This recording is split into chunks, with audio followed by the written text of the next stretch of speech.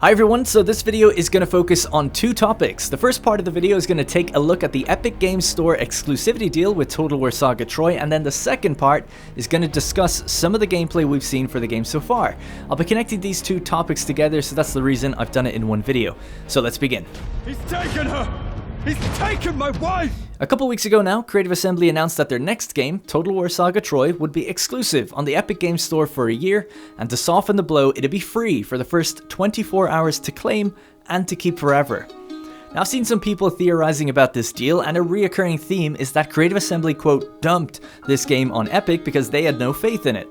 Now, I don't believe this is the case. I believe if this was the best looking Total War game ever, it would still take a deal from Epic to put it on their store if it meant getting paid up front, and it would be more beneficial for them if they did that.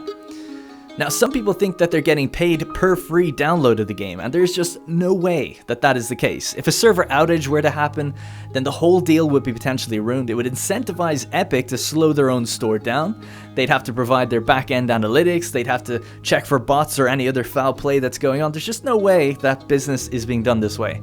So if it's not because the game is bad, then why is it free? Surely, if it's a good game, Creative Assembly would just put it on the Epic Store and that'd be it.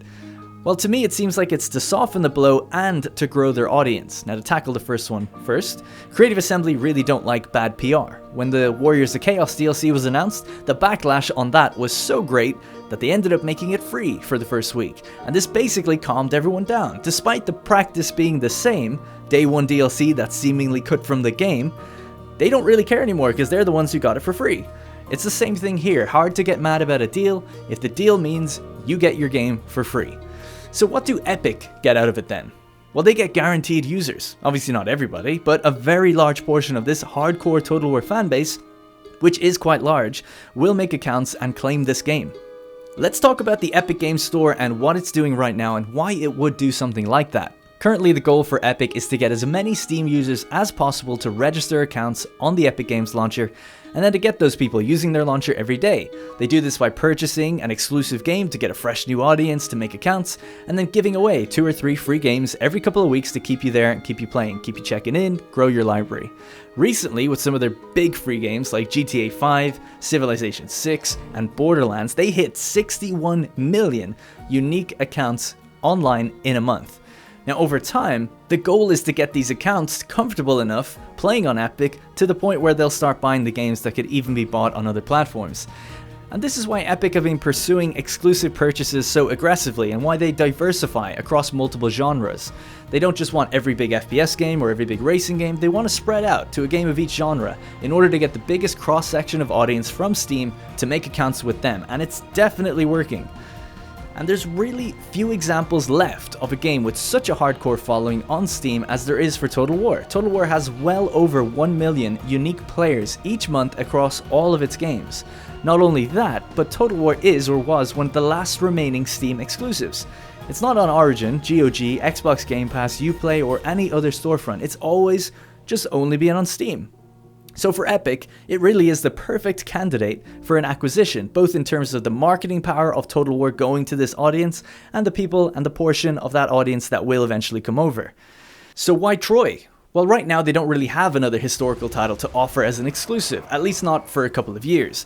And they don't want to split the Warhammer trilogy across multiple storefronts. Not only would it complicate their license agreement with Games Workshop, in fact, it might just be straight up not doable, but they already have enough headaches splitting the game into 3 and figuring out the DLC of combined campaigns. Trying to migrate players over to an exclusive Game 3 on another service seems basically impossible, or would need a ton of infrastructure for that kind of migration to occur. So that's essentially why this is the game that's going to Epic, and why CA are probably ecstatic to get paid for their game to be free. For them, it means that large 60 million plus audience may check in and check out what the next free game is, which is Total War. Who knows, maybe they end up liking it and checking out the franchise on Steam or in the future. So it's definitely in CA's interest to have it be a very good game, because it's going to such a potentially wide user base as a free game. A big problem Creative Assembly have had for a long time is attempting to grow their audience.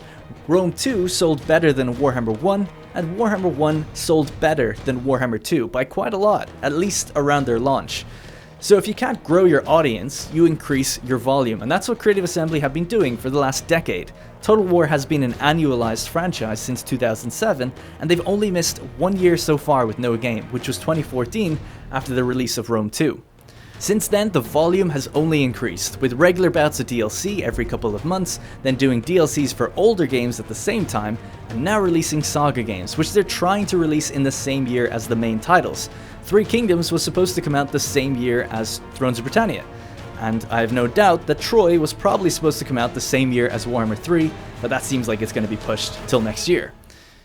So that leads us to Troy, a Saga game. And most people probably know what that is, but for those who don't, it's essentially a smaller budget game. It's Creative Assembly saying, we're using a smaller budget to make a game in a different era that builds off one of our other games. Troy builds off the Warhammer 2 framework, Thrones of Britannia built off Attila. And this is really where the problem lies. Total War is already oversaturated, with a game releasing every year, with DLC for both historical and fantasy titles releasing every 2 to 3 months, and with the old games having a pretty great mod community and frequent sales. There's just a lot of Total War right now, so to me at least, it's a tough sell for a game with a smaller budget, seemingly not really pushing the boundaries of anything to compete. If you're going to compete with yourself, you need to try and do something really unique, something that no other Total War game has, something that would really make fans sit up, take notice, and say, yes, I've got to try that out. But unfortunately, they just haven't really done that. Instead, they've taken this middle-of-the-road approach where they're trying to appease both historical and fantasy fans by making some sort of hybrid that can't really achieve anything that the current historical games or fantasy games don't already do better. And it's kind of stubborn of them, as 10 months ago the feedback on all the coverage was the exact same as it is now. People wanted them to go full mythology or full historical. I mean, most companies would kill for feedback that far out from their launch that would allow them to be informed, change direction, or try to do something to kind of, appease the community. But they just put their heads down and went with this whole truth behind the myth approach, which doesn't even make any sense. Truth behind the myth is just truth. That's realism. And this isn't realistic, and it's certainly not as interesting as Warhammer.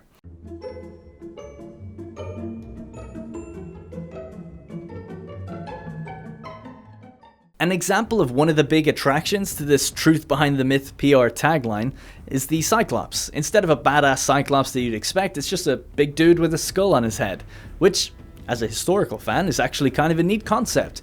But then you see that he actually is a one-man unit that kills hundreds of people on his own, and it just kind of looks ridiculous at the same time. It's like, just make him look like a cool Cyclops then. Now for me personally, I think it would have been great to try this approach, but just to keep it grounded. You cannot have it both ways. This Cyclops could have been like the banners in Warhammer. You could earn them or recruit them on the campaign and then place them onto a unit card of your choice for that battle. Then that unit maybe causes more fear to those around it, maybe has a morale buff, and then it actually has a Cyclops soldier inside of it who's maybe a little bit powerful. It kills maybe 10, 20 men at most, but not hundreds, while surrounded, just ignoring everything, just throwing people about like crazy and not really hitting anyone at the same time. But I think the reality is that because this is a Saga title, they probably just don't have the budget needed to make mythical creatures, but they still want to have those powerful units, so you end up getting this mixed representation of what's going on, and nobody really ends up liking it. Now that's not to say there isn't some cool ideas in Troy, but this isn't going to be the game that redefines sieges or increases the scale or introduces any major thing that you're going to really want to carry over to another game. For instance, some of the new things shown off are using tall grass to hide troops, or mud to slow you down. It's like, alright, terrain types. That's a neat addition. We've had it before. It's not exactly new, but okay, terrain types, you got cool. And then we have this swapping weapons ability. It's actually kind of nice. It's like a swap stances more than anything, telling spearmen to put away their shields. Again though, this is pretty common in Total War games. A lot of units often have different weapons and pull them out when they need to. But yes, it is nice to have a button to use it. I mean, we had melee mode for a lot of ranged infantry, and we have mount or dismount for cavalry. That's sort of similar, but alright, you have something for infantry now, changing their stance. I'm a fan. Is that it? What else is there? As a fan, I was asking, are there bigger armies? Are there more units? Are there more troops per unit? No? Okay. Better collision. There maybe matched combat is now really good because there's so few unit types and weapon types. It must be easier to implement that good looking combat. No. In fact, it's pretty bad. What about really good AI? Maybe the big push is for AI, you know? Nope, doesn't seem like it. Okay, well, what about sieges? Surely, like, this is Troy. Like, there's gonna be a real good siege, you know? Is there any types of new equipment, or... Nope. I mean, I gotta bring it up. You know I gotta do it, but... You look at the Siege of Carthage of Rome 2, and it's this big, combined land and sea battle with all these battlements and really intricate street layouts and details like graffiti. Like, I get it. It wasn't real, or it was severely downgraded. But we're 8 years on from when that video was shown. If you told me that they're going to make a Troy game, my expectation is that sieges are going to look like that. But instead it's like, hey, you can invoke an earthquake, so the city starts with no walls? Because that could have been a Trojan thing. Gods and stuff, you know? I mean, you don't get to see it, but you can see it after, if you like. Okay then, so what about multiplayer? Maybe the return of drop-in battles and a really interesting multiplayer campaign, or changes to co-op and head-to-head, maybe more than just 2 players. Nope. And CA even said that the game wouldn't have crossplay with Steam, which is a really weird thing to say, considering that the game had a year of time before it would even come to Steam. And now they've changed it and said that they're planning on doing it, but I just feel like that initial statement means like they just don't plan on doing that. So there just doesn't seem to really be anything unique about this game when you compare it to Shogun 2, Rome 2, Attila, Warhammer 2, or Three Kingdoms. Now, I'm not saying this game needs to do all of that, but any one of those things might have been enough to give the game a reason to exist. Now moving on, they've also made some strange choices when it comes to the sieges themselves. We know that when sieging Troy, you can do a certain thing, get Trojan horses as siege towers, and these actually can't be destroyed by the enemy. On top of that, they've gone with the Warhammer style of ladders just appearing wherever you want to scale a wall. So you can just climb a wall wherever you want. Now I gotta say, that seems so dumbed down. Like, it's like there's no point in having a wall if you can just climb it wherever, especially if the siege is really large. In Warhammer, it makes a little bit more sense because there's a really limited amount of wall to climb. But in a large-scale siege, where your wall wraps around, this just doesn't translate very well. We see units just putting walls up at the back of Troy and climbing in and not having to fight anyone. It's like, you didn't even need the Trojan horse, just climb the walls. It's easy, there's nobody there. Of course, then you also now have the hero abilities. These can be used if your heroes fight and do damage. They build up this rage meter, and then you can use the abilities, some of which will actually heal you. Duels are back. Those were pretty fun, right? We all loved that. That was one of the best features ever. I guess they brought that back. I guess this also takes the entire animation budget, because let's look at what the regular combat looks like. It looks so bad. So bad. It's like nobody is actually hitting each other, like at all. People are barely moving or even animating. It's gotta be amongst the worst I've ever seen it. Like, I hate being negative. I honestly really do. No joke, the combat in Rome 1 or Medieval 2 looks better. Like, it really looks better. Units connect, there's a push and a pull. Of course, the soldiers look better, you know, in the individual models, but I'm talking about the actual man-to-man combat. Like, units are sliding around without moving their legs, completely missing each other when they swing, visual effects like power waves on the ground to show people attacking. The missiles look like they're straight out of Arena. The over-the-top fly in the air animation that they do. I mean, people are running, they get hit in the back with a javelin, and then they spring backwards as if it was from the front. And then charges. I can't believe they've messed up the charges. This game is based on Warhammer 2's framework, where charges, admittedly, are over the top, but at least they connect well and feel satisfying. In this, it just looks like units are pushed out of the way and they don't even animate. It's really, really bad. Now, if you even think of writing, it's just in development, shut the f*** up. We know what that means. Come on. This is super, super early code. We're way, way pre-alpha, and the final game's actually going to look way, way better than this. I've really struggled to find an instance of combat where I can see people actually connecting with each other. It's like nobody is doing anything. They're just randomly dying. Like, what happened to that guy? He just fell over. And that guy. Anyways, those are the battles. It's worth mentioning the environments look excellent in the game, on par with Three Kingdoms, which I think has the best environments yet, just in terms of graphical fidelity and lighting. On the campaign, there's not too much to talk about here as information is still coming out, but this looks like it's where Troy will have the most interesting and unique mechanics. There's now a sort of practical resource system using food, wood, stone, bronze, and gold, although it does just feed into the existing province management system that we've had for several games now. But you can trade all of these with other factions and also perform rituals to gain favor with the gods to earn different benefits. So I look forward to seeing how this resource system may kind of add to the game and empire building in general.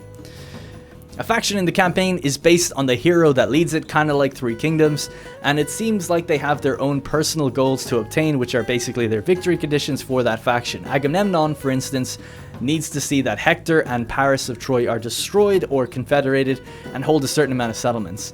CA have been revealing some of these heroes with detailed cinematics, but unlike the kind of cool introducing videos for Total War Warhammer, these cinematics are not in-engine. They are just models and characters that are CGI, having far more detail than they do in the game. I feel like the budget of these things and the CGI trailer to reveal the game originally could have been used to actually just make a good-looking game, and maybe its content would have just better sold itself. I really don't know anyone that's watching the Agamemnon shouting and thinking, man, I gotta download this Total War Troy. I mean, not only are the videos performing really badly for views, but they're also not liked very much, so it seems like a total mismanagement of resources. And that's it for my look at Total War Saga Troy. The battles look awful, they don't seem to do anything unique, they also seem kind of small. The campaign looks promising, but without meaningful battles, the campaign kind of loses its allure. Now the game comes out on August 13th, it's free for the first 24 hours on Epic, so if you want to claim it, that is your time to do it. Now if you're watching this video and you're thinking, bro, the game is free, why are you trashing it? It's because not everyone is going to get this day one. That's just a trick to get you to shut up and to defend them against critics. So don't be an idiot. The game is not above criticism because it's free for one day. Come August 14th, this will be a low-budget Total War game stranded on a bare-bones storefront. I would hope that Creative Assembly can give the Sophia team more time to make their next project more ambitious, or just get them to give support for their mainline titles. These Saga titles are not needed when your series is annualized. If you liked this video and you want to see me review Total War Saga Troy when it's out, consider leaving a like. I don't get sent this stuff early, big surprise, so any support is appreciated. Join our Discord to chat some shit. Thank you very much for watching, and I'll see you in the next one.